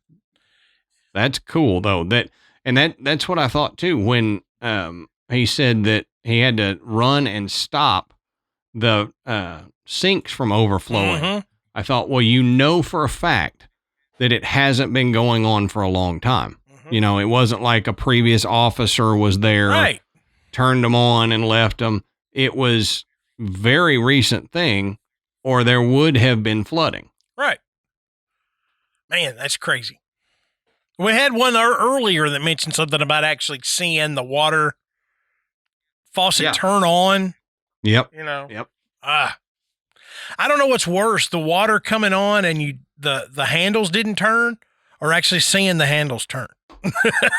Yeah, probably seeing the handles turn. Because if the handles don't turn, you can you convince yourself, oh, there's a seal that's broken. But if you see the handles turn, a busted seal ain't going to do that. That's right. All right. So our next one is from ES. Let's see. To start with some background, over the last year, my husband has begun to sleepwalk occasionally. There isn't really a pattern to it, but if he has a few adult beverages, the likelihood seems to be higher. While the incidents can sometimes be a little startling, picture having to put a 6'2" man back to bed when he has just startled you awake by sleepwalking himself to stand in your bedroom corner. They haven't ever really been truly creepy or scary until now. Last month, we went on a Halloween cruise that left out of New Orleans. We decided to get to New Orleans a day and a half early in order to enjoy the city, since it's one of our favorite places. On our last night there, we went on a ghost tour through the French Quarter. One of the last stops was the Lalaurie Mansion. And when I tell you the area around that house feels wrong, you can take it as the gospel truth. Even before we stopped in front of it, I could feel a heaviness coming from that area and just the feeling that something wasn't right. After the tour, we went back to our Airbnb to get ready for bed and to leave on our cruise. A few hours after falling asleep, I felt my husband sit straight up in bed. I asked him what he was doing, and his response was, "I have to let her in." "What?" I asked, and he repeated, "I have to let her in." When I asked, "Let who in?" his response was, "I'm going back to sleep." Then he laid back down and promptly began to snore. The next morning, when we opened the front door to start taking our luggage to the car, we noticed the key had been left in the front door. I don't know who he was trying to let in the house, but thankfully he went back to sleep instead. Huh. That is pretty creepy. Yeah. I mean, he was kind of realized something was going on, maybe. Mm-hmm. All right, so this next one comes to us from GZ. GZ. In the early 2000s, I had an uncle that passed away. He was an Air Force veteran and flew as a fighter pilot in World War II. He was an amazing person all around and was loved by all who knew him. My family drove down to attend his funeral, which was a few hours' distance. Everything was as funerals usually go. The viewing and the final goodbyes, the service, and then the cars line up for the parade to the graveside service. It was to be a military burial with final salutes, flag folding, and taps playing. If you haven't seen or been to one of these, it is very emotional, but such a great honor to the deceased. However, early on in the funeral, the family had been informed that the taps player had not been able to make it. Of course, they were disappointed, but what can you do? You still have to bury the dead. Anyway, as the guns went off and the flag was being folded, the sound of taps graced all our ears, and standing at the top of a hill across the cemetery, you could see the man playing. I didn't pay too much attention to the man as I was engrossed in the other happenings. Later, during the family gathering, everyone was abuzz with the talk of the musician. No one knew where he had come from or who he was, and the only thing that was synonymous about his description was that he was male. Everyone who saw him had seen a different-looking man. Some saw a gray-haired, bearded older man wearing a white suit, while others saw a gentleman with no beard in a gray suit. When the funeral director was asked about it, his reply was, "No one knows who that is or has ever talked to him, but sometimes when our musician can't make it, he's there. We call him the Taps Angel." That's incredible. I love that story. Dude, that makes me think of my grandfather's funeral, because I can't hear taps without getting the chills and tearing up a little bit because of my grandfather's funeral. And that hit me. I don't know why, but that one got me. And GZ goes on. He's got a couple of them here that are military related. It says, when my husband and I were discharged from the military, we came from overseas and stayed with my mother-in-law in her home in Pennsylvania, where my husband grew up. Lots of connections to Pennsylvania tonight. Mm-hmm. My father-in-law had passed away the year before my husband and I met from cancer. It's also good to note that he did die in the house. One night, my husband and I stayed up watching TV, and my mother-in-law went off to bed. My sister was off at college and only returned on the weekends. All the bedrooms were upstairs. We went off to bed and lay there with our dog on the floor beside us, so everyone was upstairs. Which is why it was strange when I heard the sound of footsteps and floorboards creaking on the first floor. You could track the steps all the way across the first floor of the house due to the creaking. When the steps got to the bottom of the stairs, I got a little nervous that there was an intruder, but I was frozen. My dog started a low warning growl, and I just laid there waiting for the inevitable burglar. I heard each step creak, and they walked into my sister-in-law's room, where I heard papers shuffling like someone was rummaging through her notebooks. Then the footsteps began to leave her room, and I mentally prepared for the fight that was about to occur, while my dog's growl and barks grew louder and more menacing.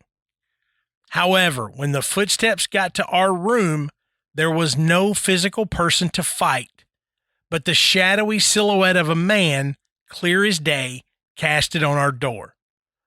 The shadow walked into the room and disappeared. Moments later, the footsteps continued down the hall to my mother-in-law's room, and I no longer heard them. I was in shock and turned to see if my husband was awake. He was, and he had seen the same thing I saw, but said he was also kind of frozen in shock. The odd thing was that we weren't scared, just shocked. Then the next morning, we discussed the event at breakfast where we determined that his dad was doing in death what he had done in life, checking each kid and room before heading off to bed. Very possible. And now she said, this is the last one I'll share. So my grandfather died a little over a year ago. We loaded our little family up to make the 7-hour drive to my hometown to gather and mourn with the family. The night of the viewing, which was in my grandmother's house, we opted to stay with my mom. My grandpa's body stayed at his house for the last time, and as my Nana told us, she shared a nice cup of morning brew with him on the day of his funeral. I know it sounds odd, but when someone this close dies, you want to savor every second you have, even if it means a cup of coffee with their body in the casket before they hauled him off to be placed in the earth. My mother's house was a little crowded, so the night of the funeral, we decided to stay at my grandma's, so I could be close to her if she needed someone in the night. My husband, myself, and our 7-year-old stayed in the room my pappy had passed in on a full-size bed. I didn't get much sleep as I was hoping and praying and begging to see him once again, even in spirit. Also, if you've ever slept with a 7-year-old, you know that there ain't no sleeping unless you are the 7-year-old. Yeah, 100%. Mm-hmm. So I ended up on a couch in the room with my grandma. Unfortunately, I didn't see him that night like I had hoped. The next morning, as we were having coffee in the living room with my grandma and uncle, we heard the familiar sound of the singing bass fish. You know, the one I had was always said, take me to the river. You remember that? Yep. Billy Bass. The Billy Bass thing? Yeah. My grandpa loved the thing and would push the button when the grands and greats were around and sing and dance to the music for entertainment. It would sing its song and stop, and we would look at each other like, oh, come on, and carry on our conversation. So my grandma mentioned going to my aunt's river house for the weekend, and the bass broke out in song, take me to the river, sink me in the water. And we all laughed and said that Pappy agrees that she should go to the river. I couldn't take it anymore and went off in search of the thing, which hadn't been on the wall in quite a while since the batteries had died.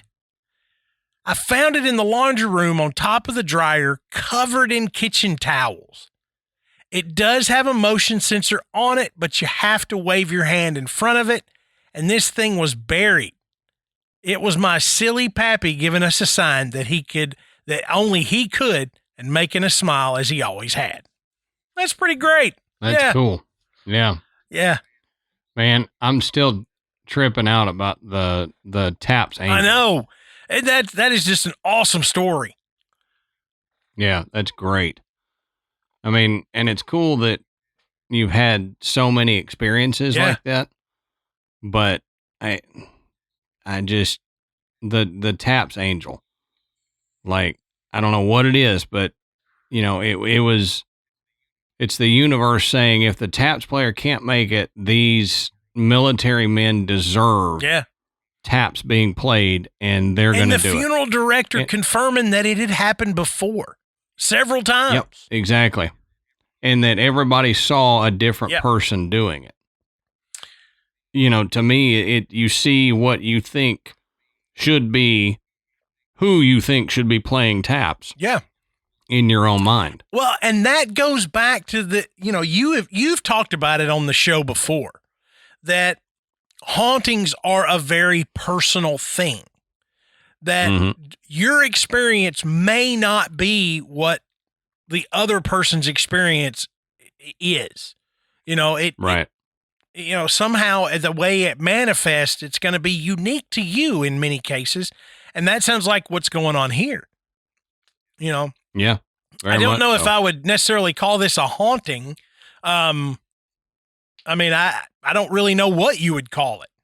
But it's definitely something, some spirit or the universe itself or something, providing a final farewell for these, people who have served their country.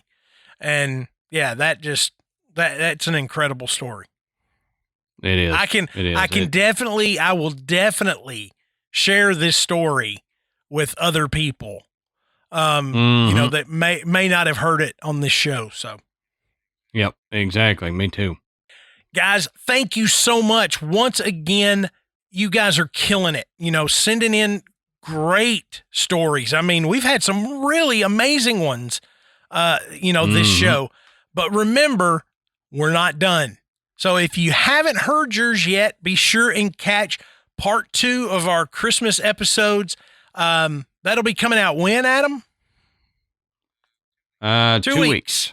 So We're dark next week, and then it'll be coming out first episode of 2024. That's right. So you can ring in the new year with more of our Christmas ghost stories. Thank you guys so much for listening. Thank you for the support that you've given us throughout this year and all the years leading up to this. This is the 7th time that Adam and I have sat down and recorded stories that you guys sent in. And you have no idea how much we appreciate it. We want to make sure that everybody has a safe and happy holiday season, regardless of where you are or what you're celebrating. We really hope that it's amazing and everything you want it to be. And remember, until next year, we'll save you a seat in the graveyard. See you soon.